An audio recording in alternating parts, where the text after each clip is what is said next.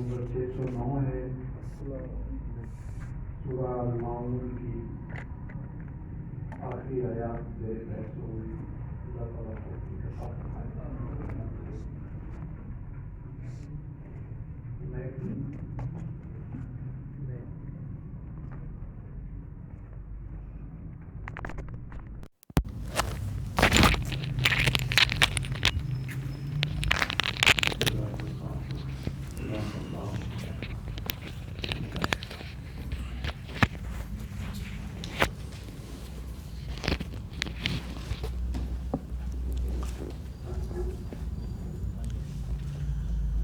الحمدللہ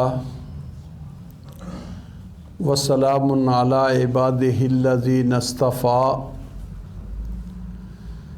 اشہد ان لا الہ الا اللہ وحدہ لا شریک لہ واشہد ان محمدا عبدہ ورسولہ.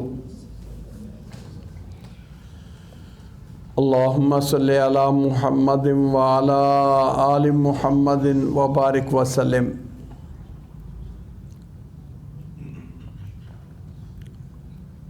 اعوذ باللہ من الشیطان الرجیم.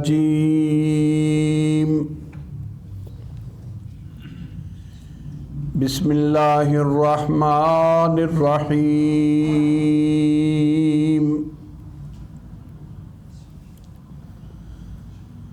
أرأيت الذي يكذب بالدين فذلك الذي يدع اليتيم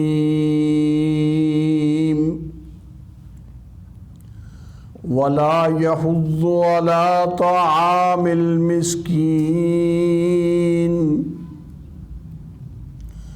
فويل للمصلين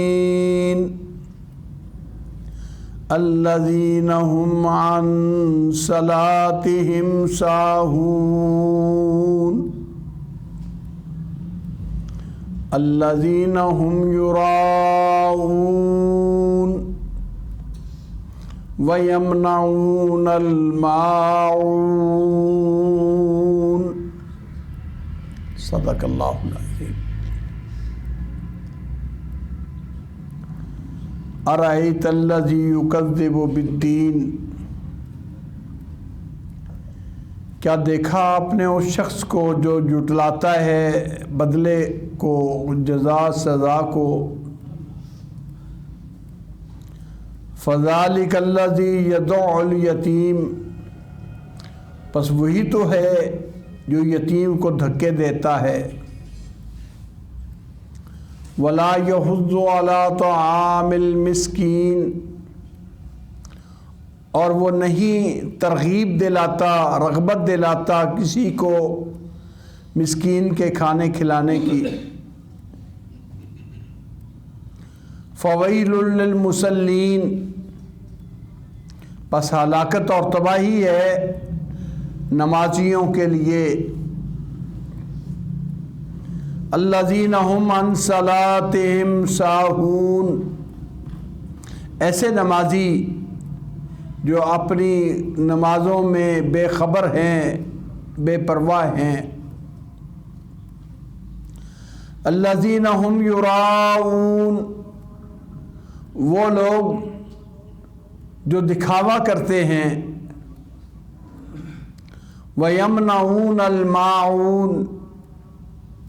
اور وہ عام استعمال کی چیزیں دینے سے روکتے ہیں. عام استعمال کی چیزیں بھی نہیں دیتے. یا دوسرا ترجمہ کہ وہ زکوٰۃ کی ادائیگی نہیں کرتے.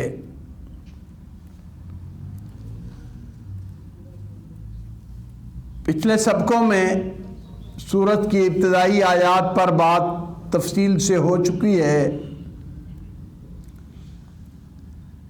کل ہماری گفتگو کا نتیجہ یہ تھا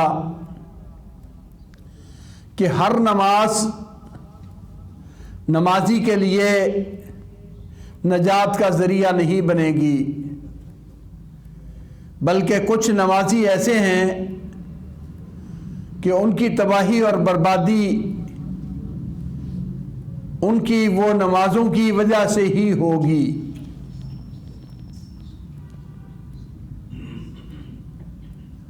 ان کے دو وصف اس صورت نے بیان کیے ہیں۔ پہلا یہ ہے کہ اپنی نماز میں بے پرواہ ہیں۔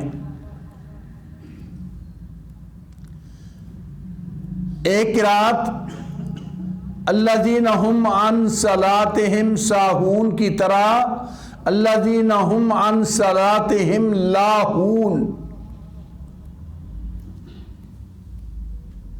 لہو کا معنی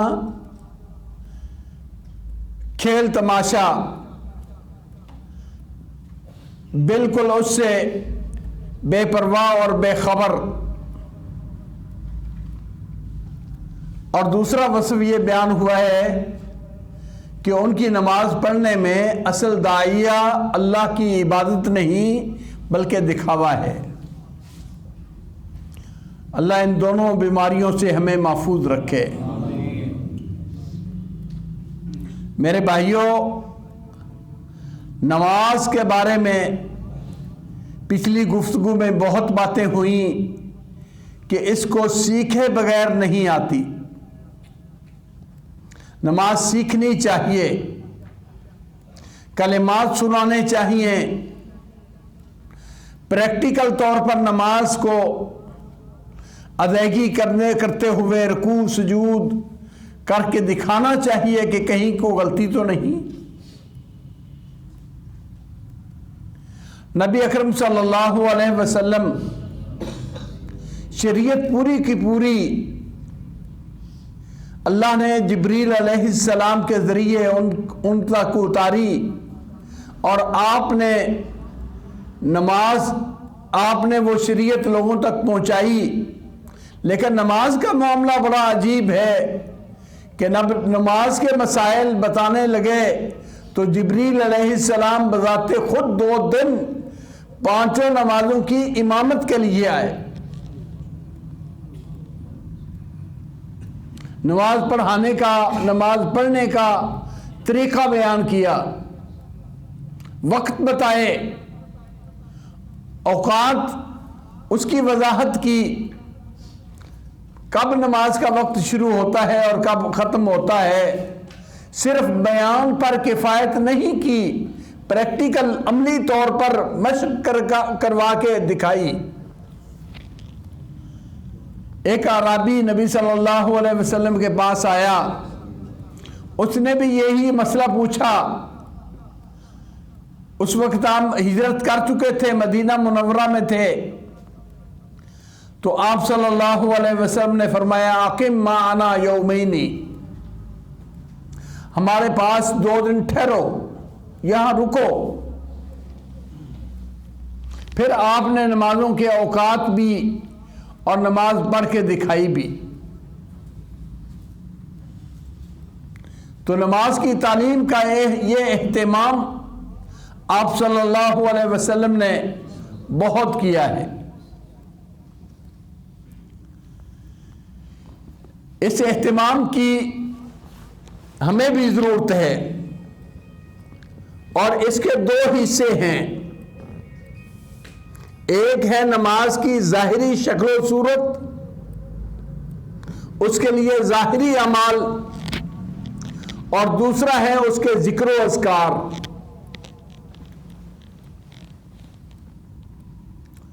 دونوں چیزوں کا اہتمام کرنا صحیح نماز کے لیے ضروری ہے۔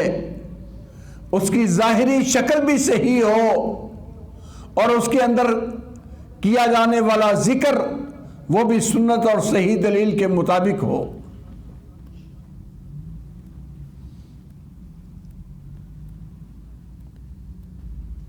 اس کا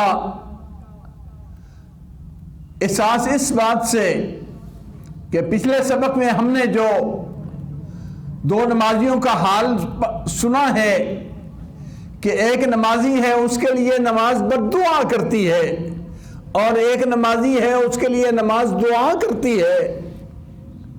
ان میں بنیادی چیز نماز کی ظاہری شکل صحیح نہ ہونا ہے۔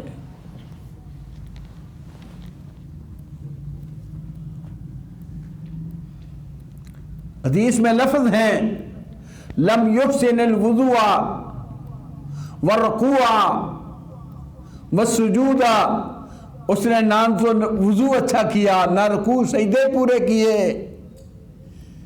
اس کی وجہ سے نماز نے اسے بد دعا دی، ضیعک اللہ کما ضیعتنی، اللہ تجھے اس طرح برباد کرے جس طرح تو نے مجھے برباد کیا۔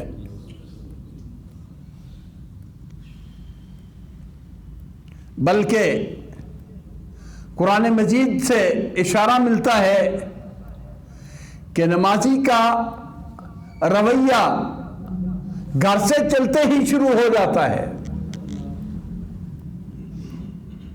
قرآن مجید نے ذکر کیا ہے ان المنافقین یخادعون اللہ وہو خادعهم وَإِذَا قَامُوا إِلَى الصَّلَاةِ قَامُوا كُسَالَىٰ يُرَاءُونَ النَّاسَ وَلَا يَذْكُرُونَ اللَّهَ إِلَّا قَلِيلًا۔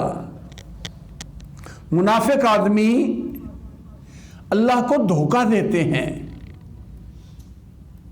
اللہ بھی ان کو دھوکے کا بدلہ دے گا،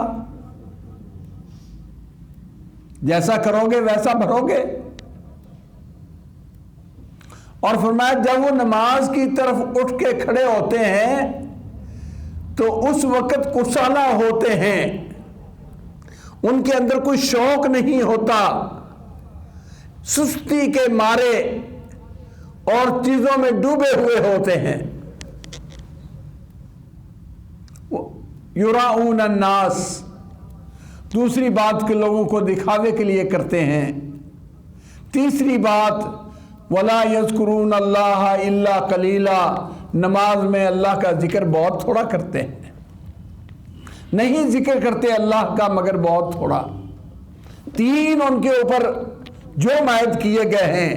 پہلا جرم کہ نماز کی طرف شوق سے نہ آنا، سستی کوتاہی اور تھکے ماندے کی کیفیت میں آنا، مرے ہوئے شخص کی طرح آنا جیسے کسی مصیبت کی طرف جا رہا ہے،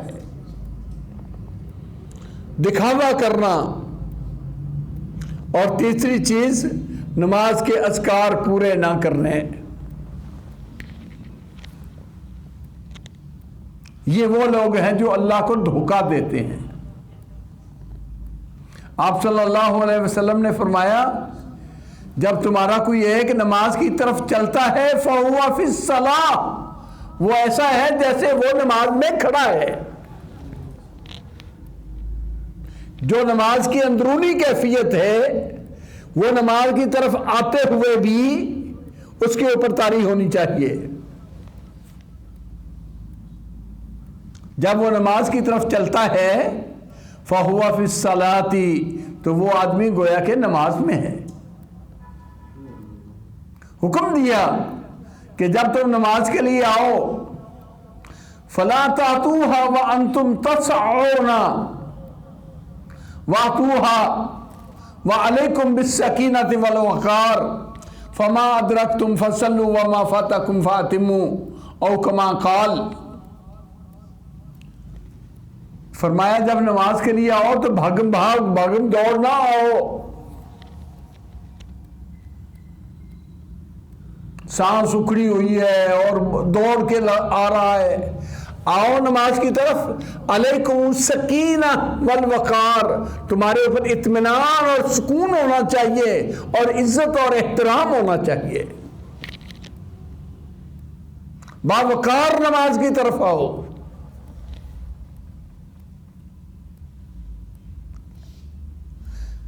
حتیٰ کہ اگر کوئی نماز کی رکعت نکل بھی جائے، نکل جائے، جتنی مل گئی وہ پڑھ لو، جتنی رہ گئی وہ سلام پھیرنے کے بعد پوری کر لو۔ لیکن اس طرح بھاگم بھاگ کہ آپ آ رہے ہیں اور آپ کے سانس اکھڑے ہوئے ہیں، شعور اور دماغ آپ کا پریشان ہے، نہیں، اس طرح نماز کی طرف آؤ بھی نہیں۔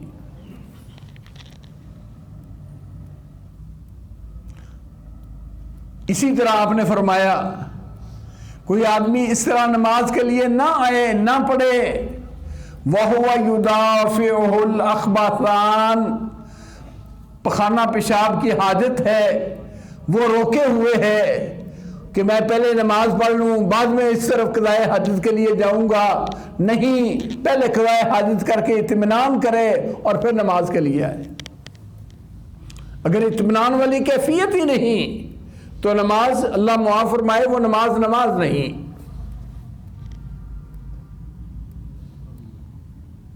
اسی طرح نماز میں آئے، اپنی انگلیوں کو انگلیوں میں دے کے پٹاخے نہ نکالے نماز کی طرف آنے والے شخص کے لیے۔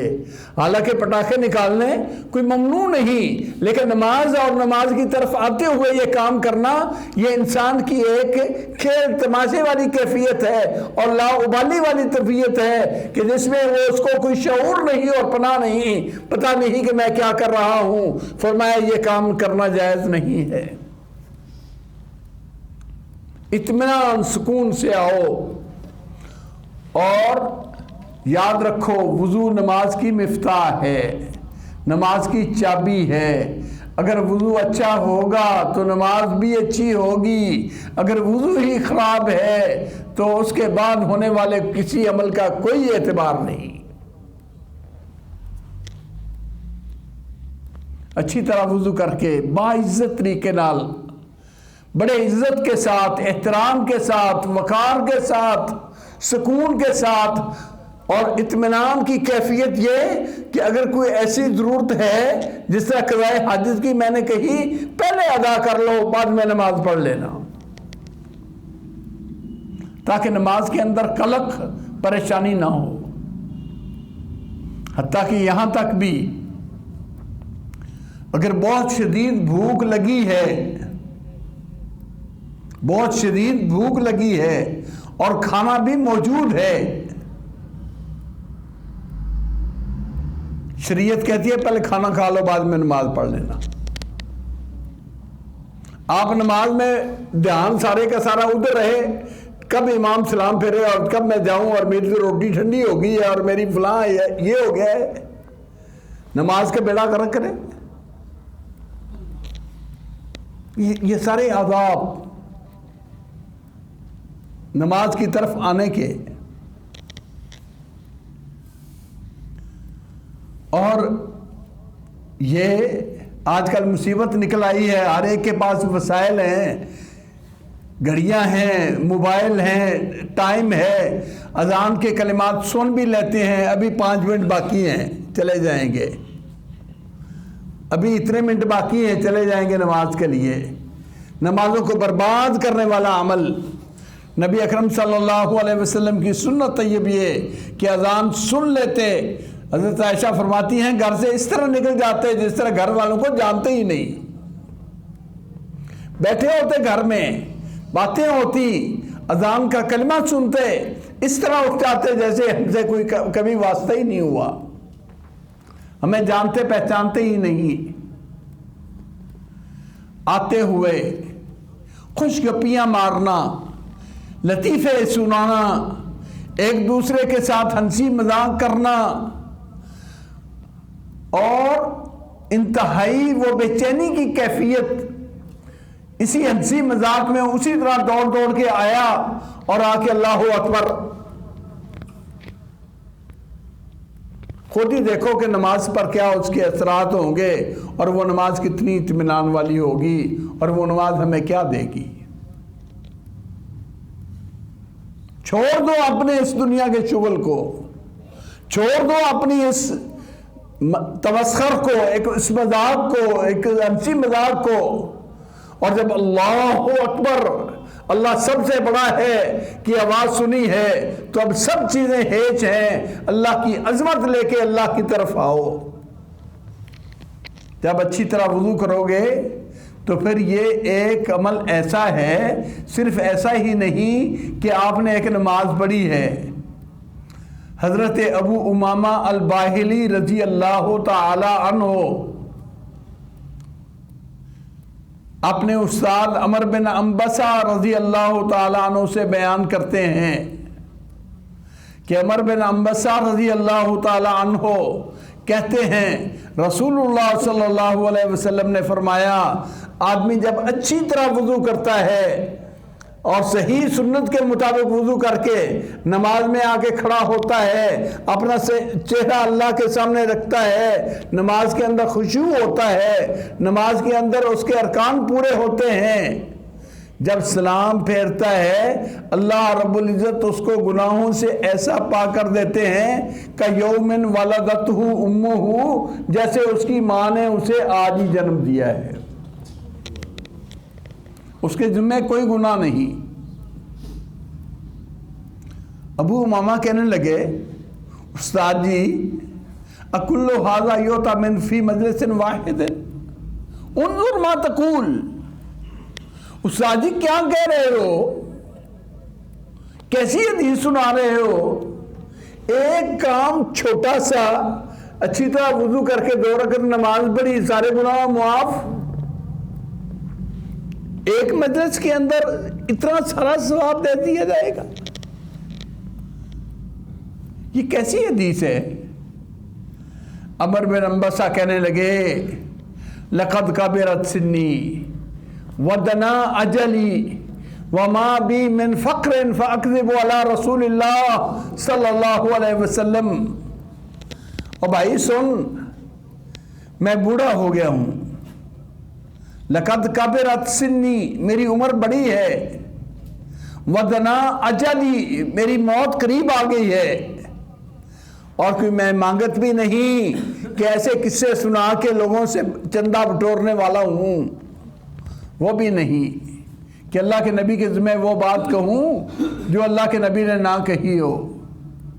لقد سمعت اذنایا ووعاہ قلبی، میرے کانوں نے اللہ کے نبی صلی اللہ علیہ وسلم کو یہ حدیث سناتے ہوئے سنا، میری آنکھوں نے آپ کو بیان کرتے ہوئے دیکھا، اور میرے دل نے آپ کی بات کو اپنے سینے میں محفوظ کیا۔ دوسری روایت میں ہے ایک بار نہیں، اگر میں نے یہ بات رسول اللہ صلی اللہ علیہ وسلم سے متعدد بات نہ سنی ہوتی تو تجھے بیان نہ کرتا۔ یہ نماز، یا ایھا الذین آمنوا استعینوا بالصبر والصلاۃ، ایمان والو نماز کے ذریعے، صبر کے ذریعے مدد حاصل کرو، اپنے الجھے ہوئے کام سنوارنے کے لیے، اپنے بگڑے ہوئے معاملات کی اصلاح کرنے کے لیے آؤ، اچھی طرح نماز پڑھو، معاملات صحیح ہو جائیں گے، پریشانیاں دور ہو جائیں گی۔ یہ نماز اللہ کی عبادت ہے، ایسے نہیں کہ یہ آیا اور ٹکرے مار کے چلا گیا اور اس کو احساس ہی نہ ہو۔ آپ صلی اللہ علیہ وسلم بھی ایک انسان تھے، انسانوں کے بادشاہ اور انسانوں کے سید البشر، سید الاولین والآخرین، لیکن تھے تو انسان ہی نا، جو انسانوں کو عوارض لاحق ہوتے ہیں آپ کو بھی ہوتے تھے۔ صحابہ بیان کرتے ہیں پریشانیاں آپ پر بھی آتی تھی، معاملات، دشمنوں کے خوف، پریشانیاں آپ کو بھی آپ کے ارد گرد بھی گھیرا تنگ کرتی تھی۔ جب بھی کوئی ایسی پریشانی کے وقت آتا، جب بھی آپ بے چین ہوتے تو آپ فرماتے بلال اذان کہو ارحنا بالصلاۃ، اذان کہو، نماز پڑھیں گے سکون مل جائے گا۔ نماز پڑھنے سے سکون مل جائے گا۔ اقبل بوجہہ وقلبہ، ان 2 رکعتوں کے بارے میں جو مسجد میں آئے، نماز پڑھے، اپنا چہرہ بھی اللہ کی طرف کر دے، اپنا دل بھی اللہ کی طرف کر دے۔ یہ نہیں کہ نماز میں کھڑا وہ اپنے حساب کتاب لگاتا ہے اور اپنی اسے فکر پڑی ہوئی ہے کہ میں نے جا کے یہ بھی کرنا ہے، یہ بھی کرنا ہے، اور میرے کام ابھی ادھورے ہیں جو میں نے پورے کرنے ہیں۔ نہیں، اقبل بوجہہ وقلبہ، دل و جان سے اللہ کے سامنے حاضر ہو جائے، دل و جان سے اللہ کے سامنے آ جائے۔ پھر کوئی کام جب اللہ کی تعظیم کے لیے آیا ہے، اللہ کی عظمت کے اظہار کے لیے آیا ہے، اللہ کی بڑائی کے لیے آیا ہے، تو پھر کرتے ہوئے ایک اوچا پن، نماز نہیں تھی اس طرح اللہ اکبر اللہ اکبر، کیوں بھائی؟ کلمہ کہا اللہ اکبر، کوئی پتہ نہیں کیا ہے کیا نہیں، اپنے اعضاء اپنی حرکتوں کے اندر سکون پیدا کرے، اللہ اکبر، زبان سے کلمات نکلیں، دل کو چیر کے اللہ کی عظمت کا پیغام دے کے جائیں، قیام کرے۔ فرمایا جب کوئی نماز پڑھے تو دائیں بائیں جھانکنے سے بچے، فَإِنَّ الْإِلْتِفَاتَ اخْتِلَاسٌ مِّنَ الشَّيْطَانِ يَخْتَلِسُ مِنْ صَلَاةِ الْعَبْدِ، بندہ جب نماز میں ادھر ادھر کرتا ہے نا ایسے ایسے، شیطان نماز کے اندر ڈاکہ مارتا ہے، نماز سے چوری کر کے لے جاتا ہے۔ نہیں، دائیں بائیں جھانکے نہیں، پوری توجہ نماز کی طرف، اور پورے ارکان صحیح اعتدال کے ساتھ، حتیٰ کہ ایک رکن سے دوسرے رکن میں جانا ہے تو اس طرح ہو کہ اس رکن میں جانے سے پہلے جو حالت تھی وہ دوبارہ برقرار ہو جائے۔ ایسے کھڑا ہے، رکوع گیا، رکوع سے سر اٹھایا، حتیٰ یرجع کل عزم کل فقار الی مکانہ، اس طرح کھڑا ہو جب رکوع سے سر اٹھایا ہے ہر ہڈی ہر جوڑ اپنی جگہ پر واپس آ جائے، حتیٰ تطمئن راکعا حتیٰ تطمئن جالسا، نماز کی روح ہی اطمینان ہے، اگر اطمینان نہیں تو نماز کی کوئی شکل بھی قابل قبول نہیں۔ کہ صحابی نے 3 دفعہ نماز پڑھی، آپ نے ہر بار فرمایا ارجع فصلی فإنک لم تصلی، واپس جاؤ نماز پڑھو، تو نے نماز نہیں پڑھی۔ اور جب چوتھی بار اس نے خود درخواست کی کہ یا رسول اللہ صلی اللہ علیہ وسلم مجھے سمجھا دیجئے، تعلیم دیجئے کہ کس طرح پڑھنی ہے نماز، اس نماز میں بنیادی چیز اطمینان ہے، ہر عضو کے بارے میں آپ نے اطمینان کا ذکر کیا ہے، قیام میں، قرات میں، رکوع میں، سجود میں، قومے میں، جلسے میں، پورا اطمینان۔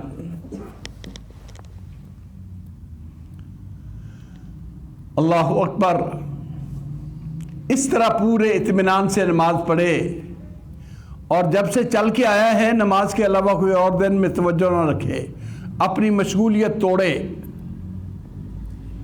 حتی الامکان جلدی آ کر نماز سے پہلے کچھ نفل پڑھے، کچھ نفل ادا کرے۔ کچھ نمازوں کی تو سنت راتبہ موجود ہیں جنہیں سنت مؤکدہ کہتے ہیں، زور سے پہلے ہیں، مغرب سے پہلے بھی ہیں اگرچہ مؤکدہ نہیں، نماز پڑھے، بلکہ مسجد میں آ گیا ہے تو کسی اور کام کی طرف توجہ دینے کی بجائے آ کے 2 رکعت نماز پڑھے۔ یہ تمہید ہے، یہ اپنے دل کو آمادہ کرنا ہے اللہ کے فرض کی ادائیگی کے لیے۔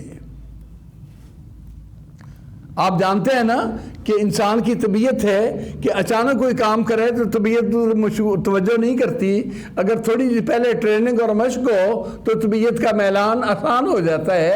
یہ نفل، یہ سنت راتبہ، یہ سنت مؤکدہ ان فرائض کے لیے اللہ رب العزت نے تمہید بنائی ہے کہ فرض ادا کرنے کے لیے میرے سامنے کھڑے ہونے سے پہلے یہ اپنی کیفیت بدل لے اور اپنے مزاج کو بدل لے، اپنی طبیعت کو بدل لے۔ اور ان کا فائدہ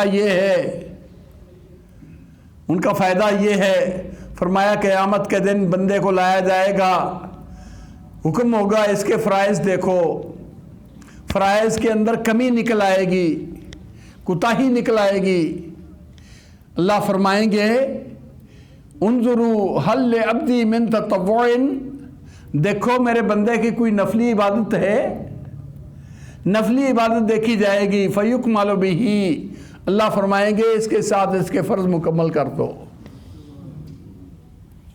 اس کے فرائض مکمل کر دو۔ نبی صلی اللہ علیہ وسلم نے فرمایا، صحیح بخاری کی حدیث ہے، ابو ہریرہ رضی اللہ تعالیٰ عنہ روایت کرتے ہیں، نبی صلی اللہ علیہ وسلم نے فرمایا، اللہ تعالیٰ خود فرماتے ہیں، حدیث قدسی ہے، اللہ فرماتے ہیں کہ میرا قرب حاصل کرنے کے لیے میرے فرائض سے بڑھ کر کوئی اور چیز نہیں۔ اگر میری محبت لینا چاہتے ہو، میرے قریب ہونا چاہتے ہو تو فرائض کی پابندی کرو۔ فرمایا پھر اس فرائض کے ساتھ لا یزال العبد یتقرب الی بالنوافل حتی احبہ، میرا بندہ میرا قرب چاہتا رہتا ہے نفلوں کے ساتھ، نفلوں کی ادائیگی کے ساتھ، نماز فرائض کے ساتھ نفل کا اہتمام کرتا ہے، حتیٰ احبہ، حتیٰ کہ میں اسے محبت کر لیتا ہوں۔ اللہ فرماتے ہیں کہ یہ نوافل کے ذریعے بندہ میرا محبوب بن جاتا ہے، حتیٰ احبہ، حتیٰ کہ میں اسے محبت کرتا ہوں۔ اور سارا کچھ ہے کس لیے؟ والذین آمنوا اشد حبا للہ، اللہ کی محبت کے لیے، اللہ کی محبت کے حصول کے لیے یہ سارا کچھ ہے۔ ہم نوافل کی اہمیت کو بالخصوص ہمارے کچھ ساتھی یہ سمجھتے ہیں نہیں فرائض ہے نا، پڑھ لیے بس ٹھیک ہے نماز ہو گئی۔ اور میرے بھائیوں، سنت موقدہ کی بڑی اہمیت ہے۔ آپ نے فرمایا من واظب علی سنتي عشر رکعہ بنى اللہ لہ بیتا فی الجنہ، جو آدمی فرضوں کے ساتھ 12 رکھتے ہیں نفل وہ پڑھتا ہے، اللہ اس کا گھر جنت میں بنا دیتے ہیں۔ وہ 12 رکھتے ہیں، 2 رکھتے ہیں صبح کی نماز سے پہلے، اسی طرح 4 رکھتے ہیں ظہر سے پہلے، 2 رکھتے ہیں ظہر کے بعد، 2 رکھتے ہیں مغرب کے بعد، 2 رکھتے ہیں عشاء کے بعد، یہ 12 رکھتے ہیں۔ تو اللہ کے نبی صلی اللہ علیہ وسلم تو اور اصحاب النبی تو اس کے علاوہ بھی نماز پڑھتے تھے۔ صلو قبل المغربی، صلو قبل المغربی وقال فی الثالثۃ لمن شاء، آپ نے فرمایا مغرب کی نماز سے پہلے نماز پڑھو، مغرب کی نماز سے پہلے 2 رکعتیں پڑھو، مغرب کی نماز سے پہلے 2 رکعتیں پڑھو، اور آخر میں اختیار دیا جس کا جی چاہے۔ یہ نمازوں سے پہلے نوافل کا اہتمام، اچھا وضو اور آ کے مسجد میں کچھ نماز پڑھ کے جماعت میں شامل ہونا۔ آپ ذرا خود اپنی کیفیت دیکھ لو، ایک نماز ایسے پڑھ کے دیکھو، اذان ہوتے ہوئے آ جاؤ، اپنی مشغولیت ترک کر دو، نماز سے پہلے کچھ نماز پڑھو، نفل پڑھو، سنتیں پڑھو، پھر اس کے بعد فرضوں کی ادائیگی کرو، اور وہ نماز جو بھاگم بھاگ آئے اور آ کے جماعت کے ساتھ مل گئے، ان دونوں نمازوں میں آپ کا دل فیصلہ کر دے گا کہ دونوں نمازوں میں زمین آسمان کا فرق ہے۔